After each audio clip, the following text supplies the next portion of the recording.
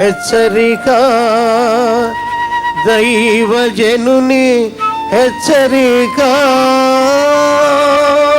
యవ్వనస్తులు జాగ్రత్త. సంసోను దేవుని చేత కోరుకొనబడిన వాడే, కన్నులు అదుపులో పెట్టుకోలేదు. ఒక అమ్మాయి అందంగా కనపడింది ఆయనకి.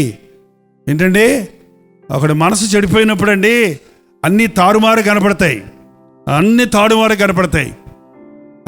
వేషం చూసి అందంగా ఉంది అంటాడు ఏంటో మరి నాకు అర్థం కాదు. ఏంటో ఈ లోకంలో చాలామంది వివాహమైన వాళ్ళు కూడా వివాహమైన తర్వాత వేశ్యల దగ్గరికి వెళ్తారు. వేశ్యల దగ్గరికి వెళ్ళి వేశ్యలను భార్యతో పోల్చుకొని ఆమె నన్ను చాలా ప్రేమిస్తుంది అంటారు. ఎందుకంటే వేశ్యలు లాలన మాటలు మాట్లాడతారు.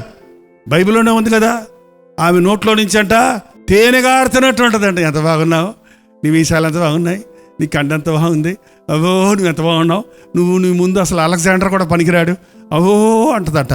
ఎందుకు? నిన్ను పొట్టలో వేసుకోవడానికి. నీ భార్య ఏమంటది? ఏంటండి మీరు మొహం కడుక్కోడు సరిగా గడ్డ గీసుకోండి, ఎప్పుడు చూసినా మాసిపోయిన గడ్డ వేసుకొని ఉంటాడు అని భార్య అంటుంటే అదేమో బాధ ఉంది. ఆమె గడ్డ ఉంటే నీకు బికార్లాగా ఉన్నావు అందా ఆమె. అమ్మో నువ్వు షాజహాన్లాగా ఉన్నావు అంటదన్నమాట. మీరు పిచ్చోళ్ళగా ఉన్నారు. లాలన మాటలు విని మోసపోతారా? ఎవరన్నా మీ పర్సనల్ ఫిజిక్స్ని బట్టి ఎవరన్నా పొగుడుతుంటే జాగ్రత్తగా ఉండండి. నేను ఎట్టున్నా నాకు తెలుసులే అని చెప్పండి. ఏంటండి, ఎవరో చెప్పారు నేను నా ప్రసంగంలో, నువ్వు ఎట్టున్నావో చూసుకోవాలంటేనంట నీ ఆధార్ కార్డు అంటే చూసుకో. లైట్ వేయకుండా డొక్కు కెమెరాతో తీస్తారు కదా, ఉన్న మొహం కూడా ఎట్టుంటుంది తెలుసు అందులో. నీ ఆధార్ కార్డే నీ ముఖం. ఊరికి అందంగా ఉన్నావు, అటాసంగా ఉన్నావు అని ఎగరక్కర్లా. ఏంటండి, నేను ఎట్టున్నాను నాకు తెలుసు, నువ్వు నాకేమీ చెప్పక్కర్లేదు. ముఖ్యంగా పరస్త్రీ పొగుడుతున్నప్పుడు, ఒక యవనస్తుడు పొగుడుతున్నప్పుడు మోసపోకండి. యవనులకి ఏంటండి, నాకు ఇష్టం వచ్చిన అమ్మాయిని చేసుకోవాలి, నాకు ఇష్టమైనది. ఇంగ్లీష్లో అంటే ఈ రోజుల్లో ఐ లవ్ హర్ అన్నమాట. మేము ప్రేమించుకున్నాం, నా అమ్మాయిని నాకు ఇచ్చి పెళ్లి చేయాల్సిందే. ఏంటంటే ప్రేమ అనేది ఈ రోజుల్లో అన్ని పదాలకు ప్రేమను వాడుతున్నాం. నిజమైన ప్రేమ వేరు, యవనస్తుల మధ్య ఉండే ప్రేమ వేరండి. అది ఎరోస్ అంటారు, ఒక విధమైన వాంఛ, అది ఒక విధమైన అట్రాక్షన్, ఒక విధమైన కోరిక, ఒక విధమైన ఇష్టమైంది అన్నాడు. చూడండి, ఏదైనా మనకి ఇష్టమైందని ఇవాళ తెచ్చుకున్నాం అనుకోండి. నాకు వంకాయ కూర ఇష్టం అని అన్నాం అనుకోండి. మీ భార్య 365 రోజులు వంకాయ కూర చేసింది అనుకోండి, తింటావా?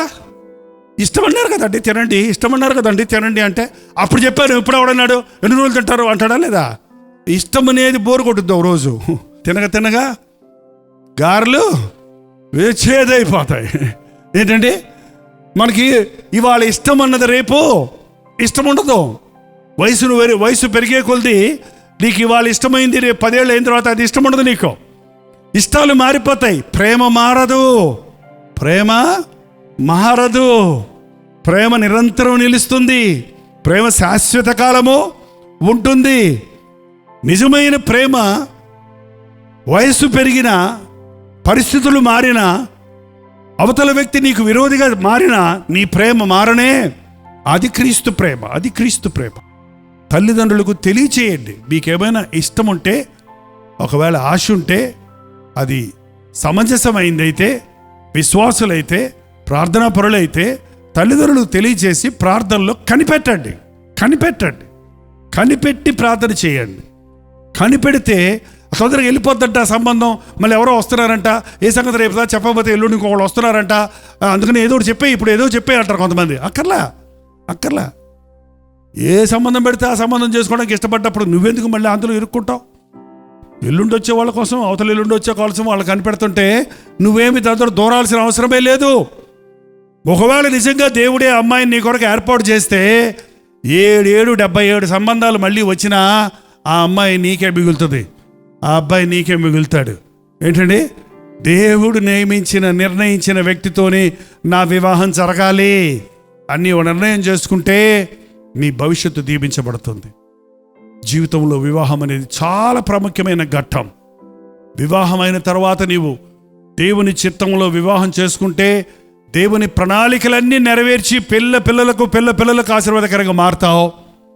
దేవుని చిత్తానికి వ్యతిరేకంగా వివాహం విషయంలో విఫలమైతే సంసోనులాగానే అర్ధాంతరంగా నీ బ్రతుకు కష్టాల పాలవుతుంది, నష్టాల పాలవుతుంది, వృధా అయిపోతుంది. ప్రార్థన చేసుకుందామా? ప్రార్థన.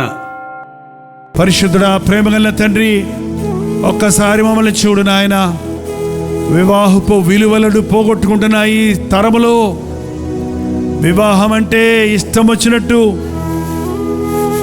పెళ్లి చేసుకుని విడాకులు ఇవ్వచ్చు అన్నట్టు సాగుతున్నటువంటి ఈ లోకంలో ఏ మాత్రము విలువలేని, వివాహపు విలువలు లేని జీవితాలు జీవిస్తున్న ఈ దినాలలో వివాహం అన్ని విషయములలో ఘనమైనదని నీ వాక్యము సెలవిచ్చిన మాట మనసును పెట్టి మా దాంపత్య జీవితాల్లో దీవెన చూడటానికి సహాయం చేయి.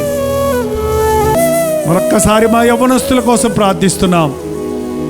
యవన కాలపు ఇచ్చలకు, సంతోషాలకు లోబడక దేవునికి భయపడి దేవుని యందు ఆనందించడానికి, తమ దేహాలతో దేవునిని ఘనపరచడానికి, తమ వివాహాల విషయమై దేవుని చిత్తానికి అప్పగించుకోవడానికి మా యవ్వనస్తులకు సహాయం చేయను ఆయన.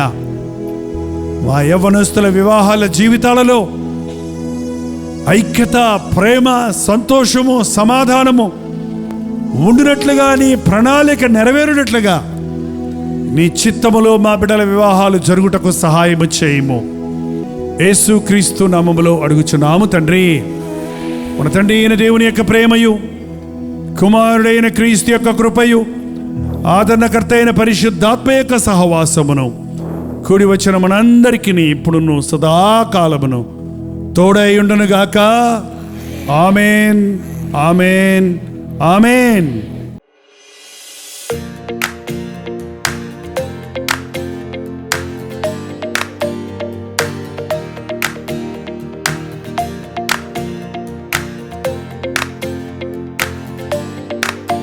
హల్లెలూయా. జమ్మూ కాశ్మీర్ పరిసర ప్రాంతాల్లో ఉన్న వారికి శుభవార్త. ప్రభు చిత్తమైతే ఈ మే 8వ తారీఖున ఒక ప్రత్యేకమైన మీటింగ్ను ఉదాంపూర్లో ఏర్పాటు చేస్తున్నాం. మీరు తెలుగు వారైనా, తమిళ వారైనా, హిందీ వారైనా, మరి ఏ భాషకు చెందిన వారైనా కల్వరి దర్శనం టీవీ కార్యక్రమాల ద్వారా దేవుని వాక్యాన్ని వింటున్న మిమ్మల్ని, సోషల్ మీడియా ద్వారా పరిచయమైన మిమ్మల్ని వ్యక్తిగతంగా చూడాలని, మీకోసం ప్రత్యేకంగా ప్రార్థించాలని చెన్నై నుండి ఉదంపూర్ వస్తున్నాం. రండి, ఈ మీటింగ్లో పాల్గొని దైవాశీస్సులు పొందండి. సాయంత్రం 4 గంటల నుంచి కొనసాగే ఈ మీటింగ్లో, ఒకే మీటింగ్లో తప్పకుండా పాల్గొనండి. చిరునామా గమనించండి. Samarpan church fellowship, near northern compound, Nigani village, Udhampur, Jammu Kashmir. ఇంకా ఈ విషయమే మీకు వివరాలు కావాలంటే ఈ కింద ఇవ్వబడినటువంటి ఫోన్ నెంబర్లకి మీరు కాల్ చేయండి, లేక వాట్సాప్ పెట్టండి. తప్పకొస్తారు కదా. మిమ్మల్ని ముఖాముఖిగా చూడాలని, మీకోసం ప్రార్థించాలని ఉదంపూర్లో ఏర్పాటు చేసిన మీటింగులో మిమ్మల్ని దీవించి దేవుని నామంలో ఆశీర్వదించాలని ఆశతో వస్తున్నాం. తప్పక రండి, పాల్గొనండి, దీవించబడండి.